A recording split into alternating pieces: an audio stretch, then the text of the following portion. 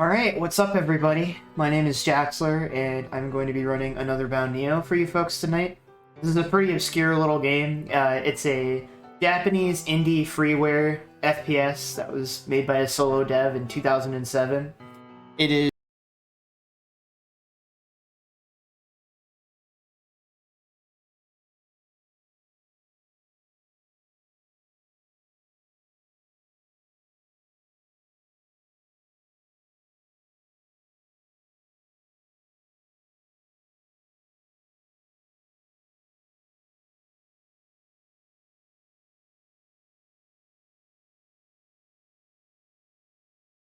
and double check. I'll just keep going. We'll be doing the run on. Oh, it says I'm muted. We'll hang on for just a second. We got that sorted out. Apologies. Should be good now. Sorry about that. Okay. Hopefully y'all can hear me. I'll just go ahead into my spiel again real quick. Sorry about that. What's good? I'm Jaxler. This is another Bound Neo. This is a really obscure little FPS game. It was made by a solo Japanese indie dev in 2007. It's very highly Metroid Prime inspired, as you'll see once we hop into the game. I don't know too much about the story, unfortunately, because it's all, as you'll see, all the text is in Japanese once we actually get into the game. But what I do know is it's a really neat little run. Amazing soundtrack once we get further into the game. And it's just overall a really cool game, and I hope this encourages some of y'all to come and try it. That being said, this run is going to be done on easy difficulty.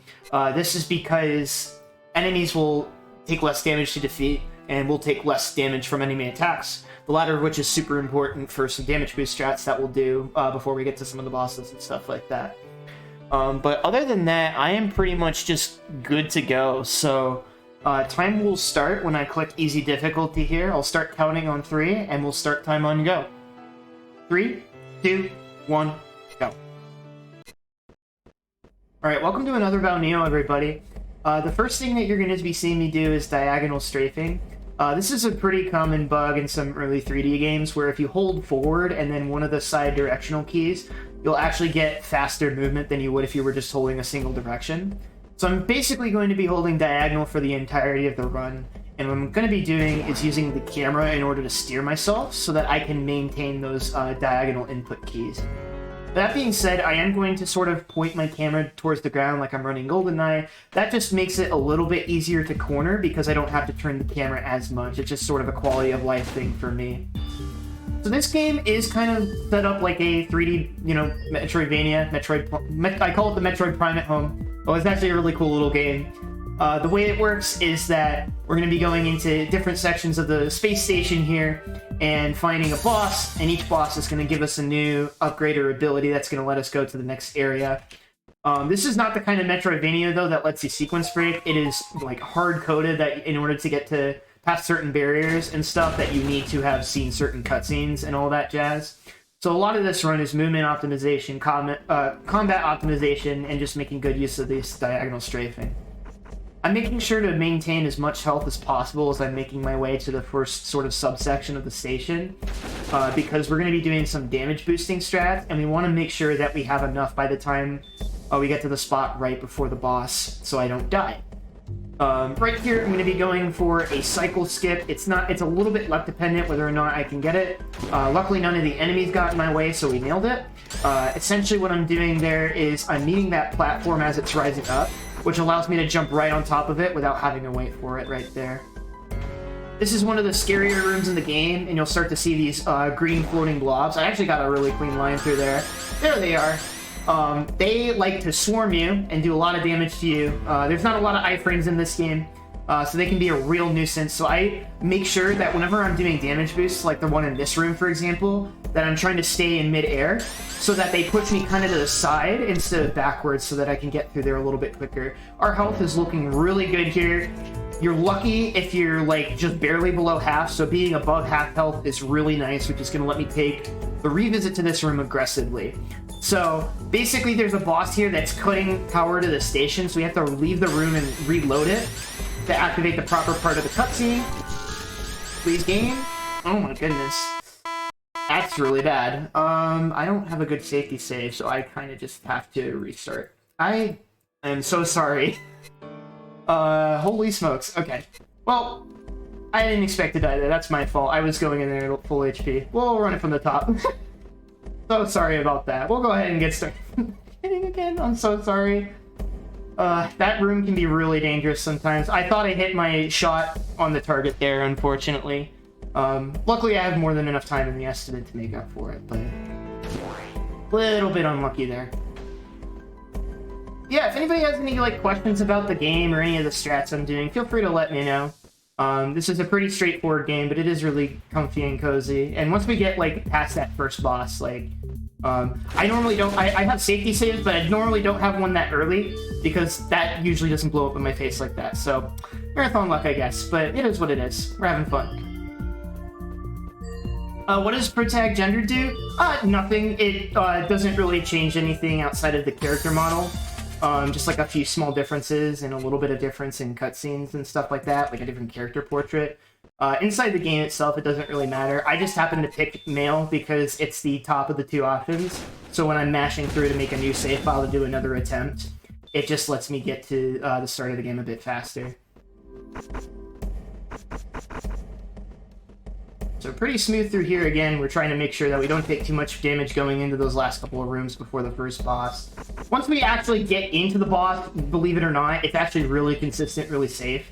Normally, again, those enemies don't give me that much trouble, but they've been kind of giving me a little lip as of lately. So let's see if I can get that cycle skip again. Got a forward boost there, which might actually help me make it. Got a little stuck there. I didn't quite make it. That's okay. So I'm going to go ahead and just wait for the cycle. Not a huge deal if you don't make it. We'll be making our way here through the hell rooms here. So I specifically make sure that when I'm in that little hallway, I shoot the button from inside the hallway so that when I jump, as soon as I regain control out of the cutscene there, I can jump and sort of damage boost forward a little bit, and that just gets me through there a little bit safer.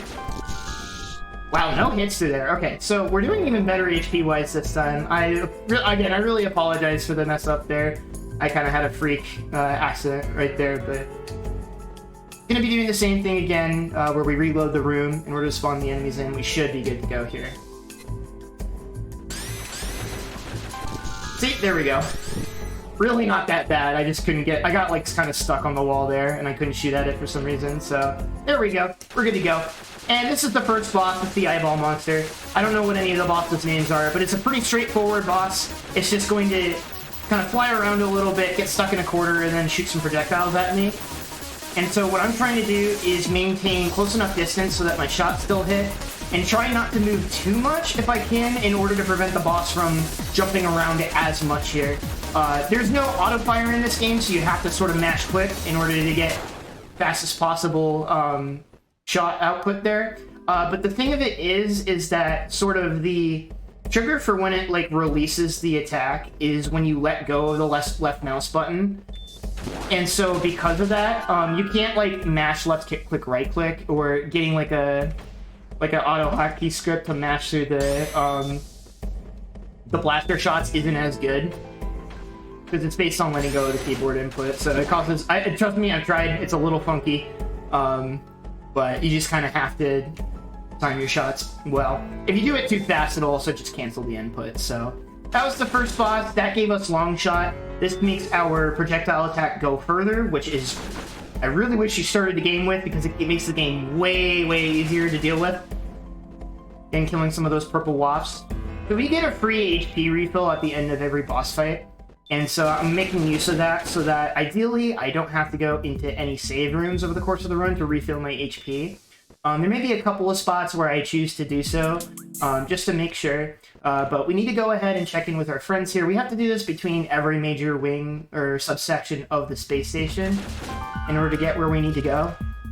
So if you get through there quickly enough and hit that button quickly enough, you can actually catch that platform cycle as well. Unfortunately, you didn't quite make it there. But if you do that, you can save a quarter of a second, and it's a nice little swag strat. So coming into this next section here, after this next upcoming room, we're going to be seeing the boiler rooms. which are sort of platforming sections over lava that insta-kills you if you fall in.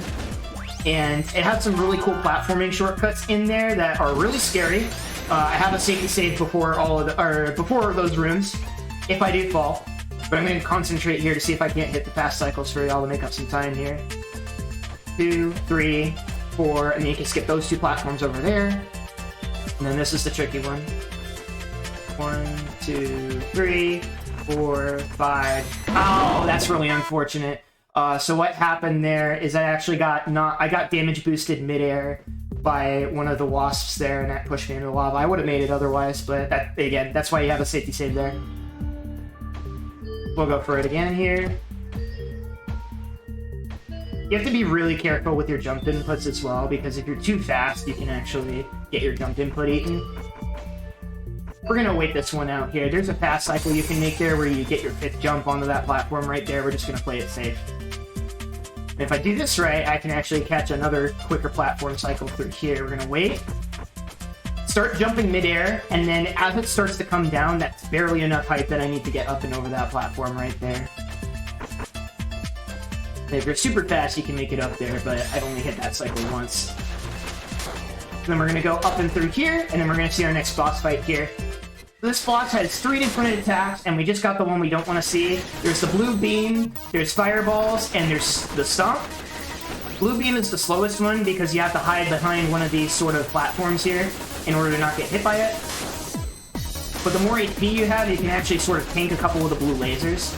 So there's a little bit of randomness here, but like 2/3 of the time you get a good attack that you want. Best attack that you can get is the jump because it takes the longest, where like you can actually still damage the boss here. And then once we take care of this boss, we should be good to go. Wait, there we go. That's going to give us Charge Shot, which allows us to deal some extra damage if we charge the shot, as well as it will also allow us to break some hitting breakable barriers as well. And this will just kind of take us right over to the next subsection of the station, to our next upgrade, which is going to be High Jump. So we're going to get introduced to electrified platforms, which are very, very scary. If you walk on them for too long, you just die.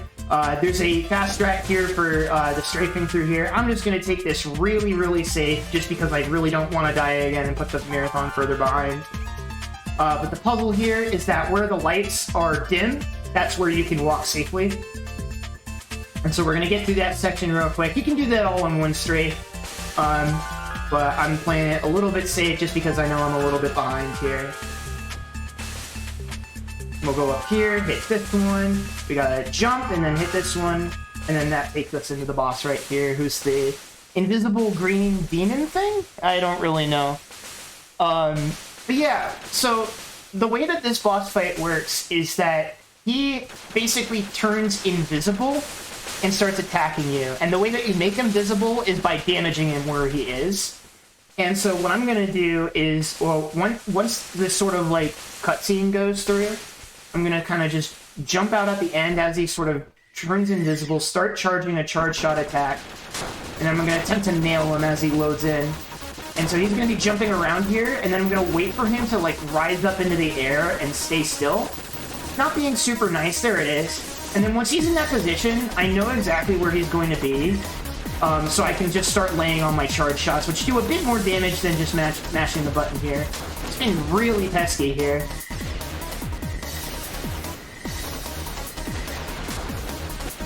And that'll take care of him just like that. That was pretty good. And so that's going to get us High Jump. That's the second to last boss. We've got one more boss and then the escape sequence. So we're not doing too shabby here. Gonna make our way through here. And then sort of before we get to... we gotta backtrack here a little bit, but the High Jump boots are going to allow us to get to sort of the escape pod bay. And so basically our goal in the game is to like evacuate this wounded soldier and this little girl who got stranded up here off of this spaceship. I don't know the exact reason why our character came here originally. Apparently there's some lore to it that I don't really understand. But we go over there to get the dialogue to confirm that, okay, we found that there's one last escape pod, and then we can take it our way through here. And so this is a pretty long movement section here where we're just going to be kind of going through. We're actually going to be doubling back through here when we're doing the escape sequence at the very end of the run. But there's a lot of long corridors and hallways coming up, so this is a pretty comfy chill time where we get to relax and listen to the music and stuff like that.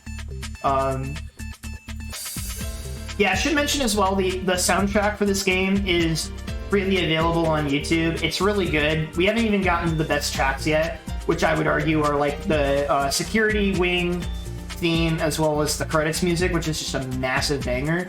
But I don't want to spoil it too much yet. I'll just let you all enjoy it once we get there.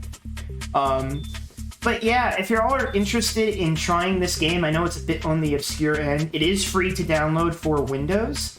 However, in order to get it to run, you need to download something called Locale Emulator, because this game will not run unless it thinks you're running this on a Japanese Windows machine, because it needs like certain Japanese characters to be able to render on screen and stuff. And so because of that, if you download Locale Emulator, you should be able to get this game to run without a hitch.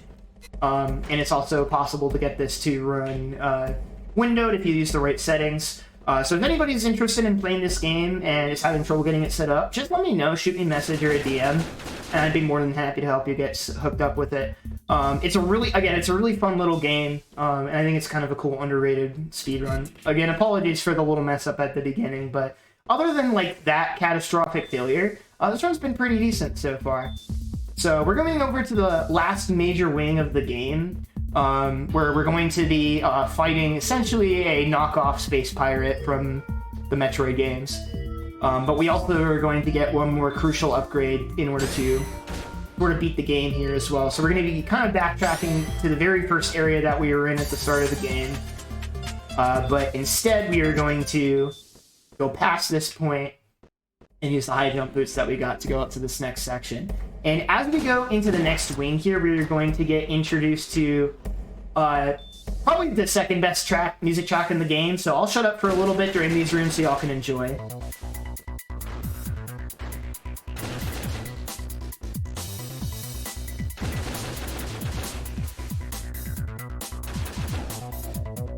It has no reason to go this hard.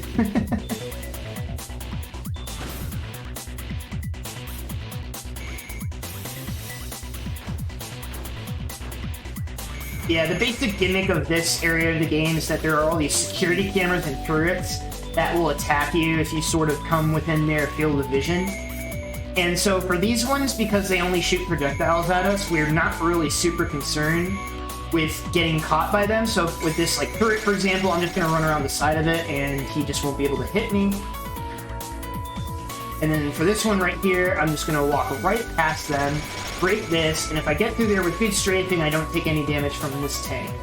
Now in this section, what they start to introduce is security cameras that will actually lock the doors if they catch you. And I think they start to depressurize the cabin or fill it with poison gas or something like that, which drains your HP over time. But the big thing is we're trying to avoid setting off the cameras.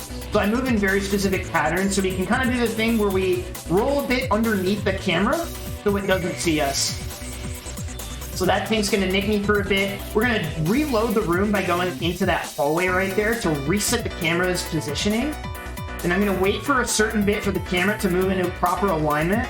Then I can just take a straight diagonal strafe right through that section. I really love doing that strat. If you do that wrong, you basically have to go back to that hallway save room and try again.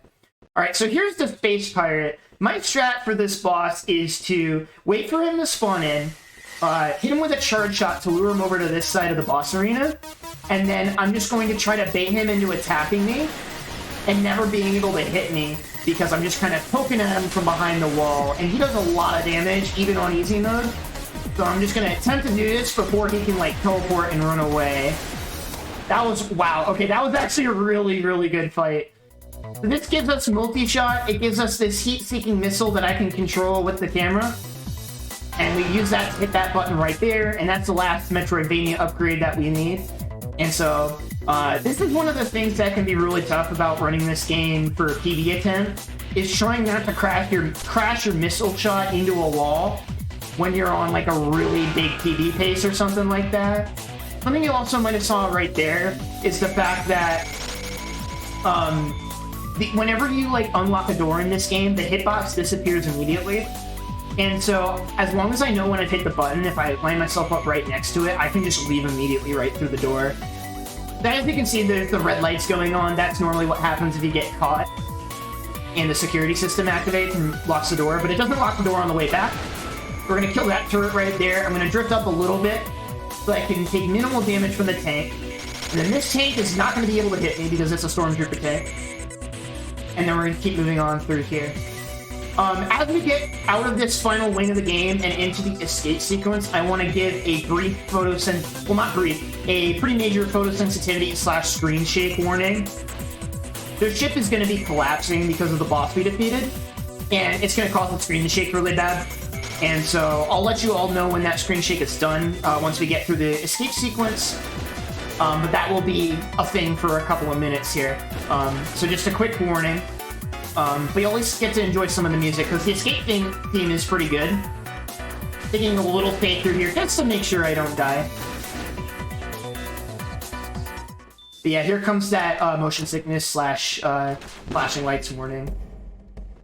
Here it is. Screen's gonna go to the red alarms thing, and the screen's gonna shake real bad. It's pretty obnoxious, but... There's only there's 3 major things that I have to worry about. There's 2 multi-shot missiles that I have to fire and try to land, and they are by far the 2 most difficult ones, because as the missile continues to move forward, it gets faster and faster. And I have to hit these from a pretty decent distance for the fastest strat. So this is going to be a really tricky part of the run. On top of that, I also need to make sure I don't die. So now that the ship is sort of crashing down, or the space station is starting to crash, our friends are going to start running behind us. Here comes the first of the 2 missile shots that I got to worry about. First try, nice. That's the really tricky one. But the other one isn't a slouch either. And now we're going to be making our way back through this way that we came. So now that we had the missile shot, we can kind of escape sort of the way that we're supposed to here. And so there's just going to be a lot more combat strafing going on, while also trying to make sure I clear at least enough of these enemies so I don't have to worry about them killing me. That's like the one of the major problem areas, and then this hallway can also be a little bit dicey. Jump in here to make sure I don't get hit too bad by the cockroaches. Wow, and I got the enemies pretty quick. So they like to teleport around a lot and just sort of jump around. They're really obnoxious sometimes, but we got through there pretty clean. So we're at no risk of dying here. And now we're going to be making our way to the final missile shot, so... Hope everyone's enjoyed the run so far. Got one more missile shot, and then we have kind of the final escape pod sequence going on, too. And then we'll get the credits theme, which is a major bop. So yeah, you kind of saw the other space soldier guy running behind me. That's because we're sort of clearing the path for them. Because he's injured, and then there's the little girl we gotta take care of as well. Alright, so here comes that missile shot. We'll see if I get it first try. Not quite. Yeah, that's the hard thing, is you gotta send them through these really tiny little vents.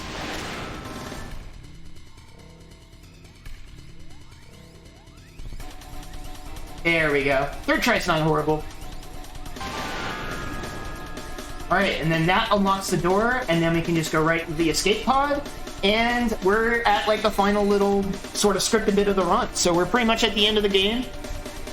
So the way the rest of this game works is that we're in the escape pod.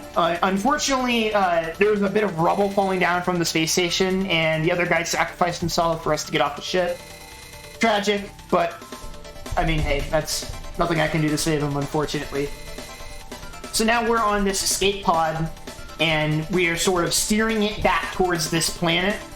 And so the way that we do that is we sort of use the A and B keys to sort of move us left and right. And there's going to be these little targets that I have to hit in order to escape.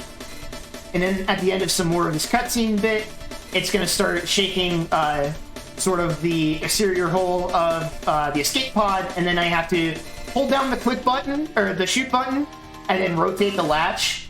And then once it's done rotating, there will be a sound effect that plays, and that's when time is called. But we got a little bit before that, so we get to enjoy a little bit more of this escape theme before we get to the end here. And then we'll get to listen to the awesome banger that is the credit song.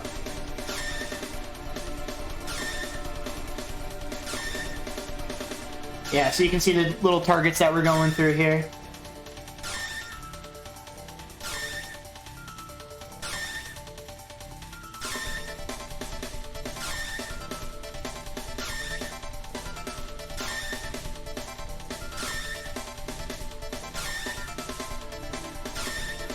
That should be the last one. And the nice thing about this is you can kind of just start holding down the lever in advance and then get ready to sort of spin it at the end of this cutscene. There will be a big crash on the ship in a second, which is how I know when to trigger it. And so we'll have time coming up in just a couple moments here. I'll let you all know.